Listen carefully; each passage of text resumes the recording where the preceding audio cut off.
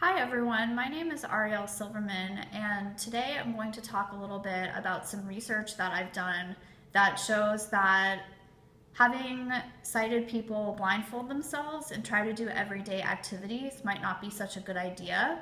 And this is kind of inspired by the How I See It campaign, where people have been posting videos of themselves doing things blindfolded as a way to kind of bring awareness to an organization that does fundraising for medical research on blindness.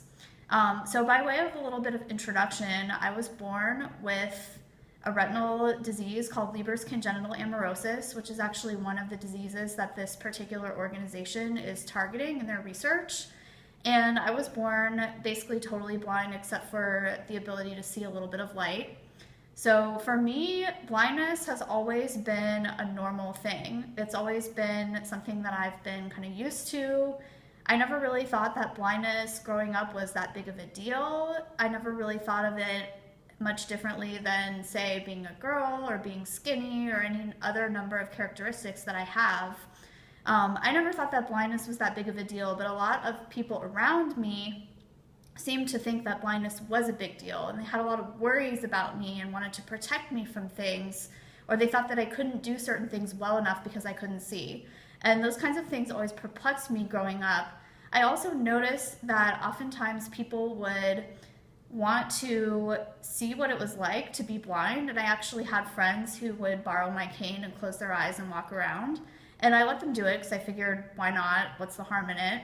I also knew that sometimes groups would get together and they would do these, what they called the disability awareness days, things like that, where they would say, put on a blindfold or ride around in a wheelchair or put in earplugs, something like that for an hour or so, and say that they were kind of getting a taste for what it was like to have a disability. I also noticed that sometimes people would spontaneously say these things that made me think that they were imagining what blindness was like for them. They'd say something like, oh, wow, I couldn't do that. If I were blind, I wouldn't be able to do that. Or they would close their eyes and they would say, I don't know how you do that. So when I started graduate school at the University of Colorado, I was curious about why people have this interest in blindfolding themselves, but more importantly, how does that affect their attitudes about blindness and their beliefs about what blind people can do?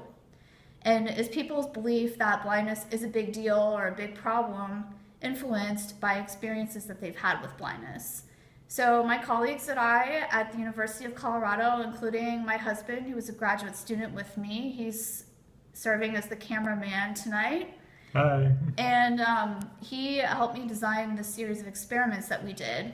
And in these experiments, we actually had students come into the psychology lab, and some of them were randomly assigned to put on a blindfold and go through this series of activities. And we really tried to mimic kind of the typical blindfold simulation activity that you might see in a disability awareness day. So they put on blindfolds, they had to pour water into a glass and fill it up as high as they could without spilling. They had to sort some coins and figure out the denominations of these coins that were scattered around, and they had to walk around kind of a confusing maze in the psychology building. We gave them a cane, but we didn't give them a lot of training. And we compared that with other students who were not blindfolded and they did other things, or they did nothing at all. And we had all of the students fill out these surveys at the end where we asked them some questions about what they thought it would be like to go blind, how well they thought they would adjust, and most importantly, we asked them, how well do you think that blind people can perform at a series of tasks, including performance in various jobs, professions, as well as how well blind people can live independently and get around downtown. And what we found consistently is that the people who had been blindfolded for this activity rated blind people lower in their ability to perform at several of the jobs, like jobs as varied as being an accountant, being a business owner, or being a chef, for example.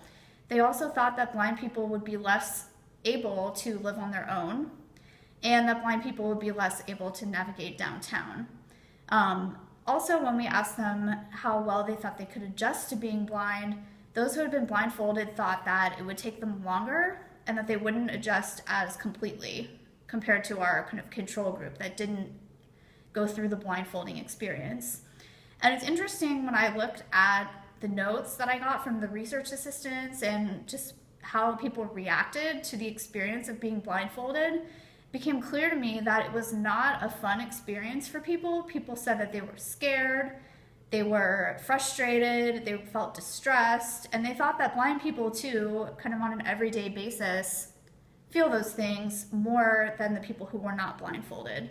Some people even made comments like, "Thank God I'm not blind," when they took off the blindfold and were just obviously very eager to get it over with.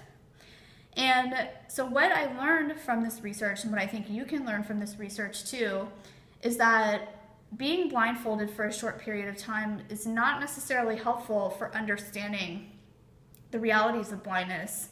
And in many ways, being blindfolded for a few minutes is a lot more like the first few minutes of going blind, which indeed it can be very scary, very frustrating, very distressing. It's more like that than it is like living as a blind person for years.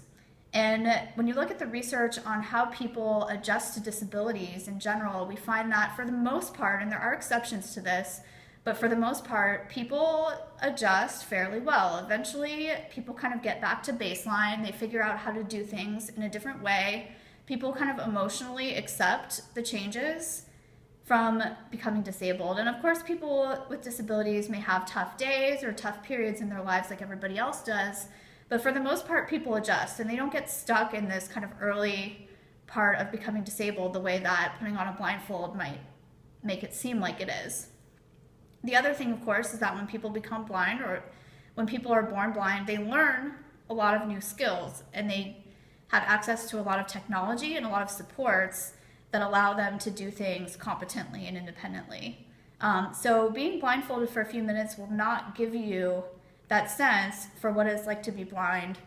And the research that I've done suggests that it could actually be very harmful in terms of perpetuating the idea that blindness is scary, that blindness is a big deal, and that blind people can't do things effectively, like working or living independently.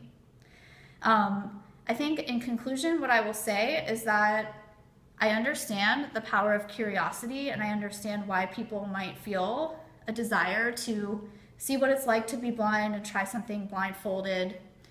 So I understand that, but I think it's important when you feel this curiosity to try to get a complete answer to your questions. And doing a 10-minute blindfold activity is not a complete answer. I would encourage you to talk to the experts, and by experts I mean people who have been blind for years or decades who understand how it's done.